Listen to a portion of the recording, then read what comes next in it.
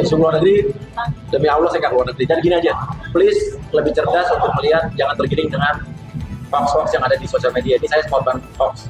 Ada video-video saya yang lagi joget-joget, ada tulisannya yang gaji 3 juta apa segala macam, itu kan bukan buatan saya.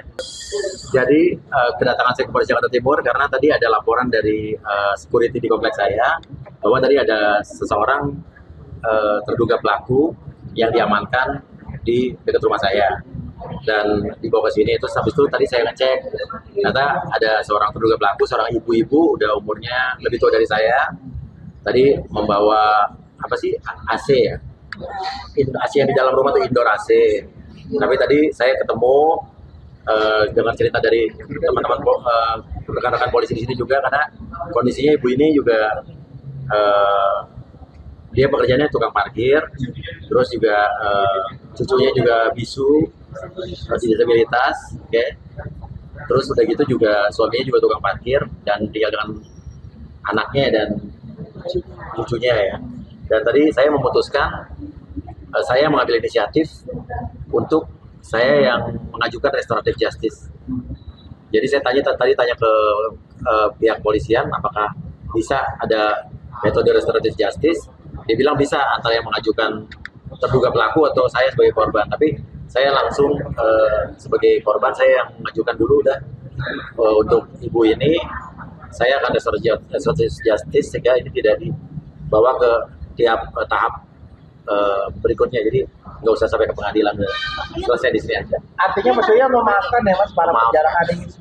Saya bilang udah ikhlas. Tadi ibu itu juga tadi cerita dia nggak maksud apa-apa, cuma datang mau dengar ada lihat rumah saya, terus ketemu ada di depan pintu ada AC tergeletak, diambil itu.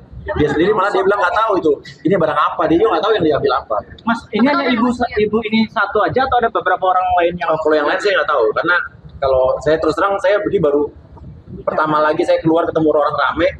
Kemarin saya sempat keluarnya diam-diam gitu ya. Sekarang ini baru pertama kali saya berani untuk keluar yang rame-rame ketemu orang. Dan saya nggak nyangka juga tiba-tiba banyak teman-teman wartawan. Tadi saya belum terlalu siap juga untuk diwawancara. Tapi intinya fokus saya hari ini cuman restoratif justice khusus kasus ibu ini. Kalau untuk yang kata terduga-duga lain saya nggak tahu juga, saya itu udah di urusan kepolisian. Tapi Mas Yoyo sendiri membuka nggak untuk yang lain? Ya, tadi sih warga biasa, ibu-ibu benar-benar tukang parkir, penghasilan juga ada sehari cuma 30.000. Yang paling tapi nggak masuk dalam, maksudnya bukan orang yang masuk dalam Ya nggak tahu, pokoknya intinya dia, saya nggak tahu, saya tergerak apa ya, di hati saya tergerak buat saya punya feeling saya maafkan ibu ini, itu aja. Mas, informasinya kan ada 10 tersangka pengerusakan dan penjarahan yang sudah ketangkep itu barang bukti yang diamankan sama 10 tersangka ini sudah kembali belum, Mas? Terus terang saya kalau 10 tersangka ini saya nggak tahu, maksudnya nggak, karena saya juga sampai sekarang belum buat laporan apa-apa, nggak buat laporan apa-apa. Dan itu kan mungkin hasil laporan model A dari polisi atau mungkin hasil polisi, tangkapan polisi pada saat itu. Saya juga nggak mengerti karena tadi urusan saya kan unit PPA dan khusus buat ibu ini aja. Untuk soal kucing sendiri udah ada cari tahu belum sih Mas? Kucing tadi juga ada RT, ibu RT dari tolong, karena ini lokasi ibu ini juga tetangga dekat kita juga nggak jauh. Tadi diimbau bahwa kalau seperti ada kesadaran dari pihak-pihak pelaku yang mengambil, terutama kucing, foto-foto, surat-surat berharga gitu kan ya, segera bisa dikumpulkan informasi ke RT atau ke RW masing-masing. Dan kalau kucing sekarang saya fokus saya emang urus keluarga saya, mertua saya, ibu saya, karena itu kan tempat tinggal orang tua, mertua saya juga di rumah itu juga, dan urus mencari kucing-kucing saya yang hilang. Maksudnya untuk kondisi mertua Mas Uya itu bagaimana? Mertua dari tempat yang aman, orang tua saya tempat yang aman, cuma bawa 4 baju dan benar-benar di situ kita tidak sempat keluarin apa-apa, cuma bawa 4 baju sama bawa mobil udah. Jadi kalau dibilang kita ninggalin rumah, emang tinggal rumah dalam keadaan emang bingung, karena kita nggak nyangka juga orang bakal masuk kayak begitu. Dan itu surat-surat segala macam, akte nikah segala macam, orang mertua saya segala macam itu ya udah nggak ke bawah. Artinya sudah berhasil, sudah dievakuasi sebelum ada masa masuk ke dalam rumah? Justru nggak sempat evakuasi apa-apa. Untuk mertuanya juga? Iya. Untuk kucingnya Mas, ada berapa yang terkonfirmasi? Kucing sampai saat ini, sampai tadi malam yang di tangan kita sudah 3, Ya sudah ada 3 yang di tangan kita. Terus kita mendapatkan informasi lagi beberapa yang ada. Ini tim kita tetap cari, tapi kalau kita kan carinya emang lebih silent ya, nggak terlalu gimana-gimana. Jadi emang ada pihak kalau ada yang menemukan, hubungin ke IG-nya Tamara Ascikin, ada di share di Instagram saya. Kan informasinya ada yang di Puskes One Ragunan sama diamankan sama. Ya, ada juga yang katanya diamankan sama polisi juga ada. Jadi yang diamankan polisi itu ada 2 yang hasil tangkapan dari polisi. Dan itu ada di Puskes One Ragunan. Iya. Oleh Mas Serina, yang Mas Serina masih. Ya, Mas Serina masih di shelter, tapi sampai sekarang saya masih belum bisa, tim saya, teman-teman saya masih belum bisa nengok kucingnya. Tapi tadi saya udah komunikasi dengan Serina. Tadi udah sempat ngecek ke rumah Mas. Apa? Ada yang dikembalikan nggak sih Mas? Sampai sekarang saya barang-barang kembali belum. Cuma tadi polisi sudah menemukan 1 bundel yang isinya ada foto Astrid, ada akta jual beli, tapi kan saya belum lihat tuh akta jual beli apa. Iya. Iya, pasti. Iya.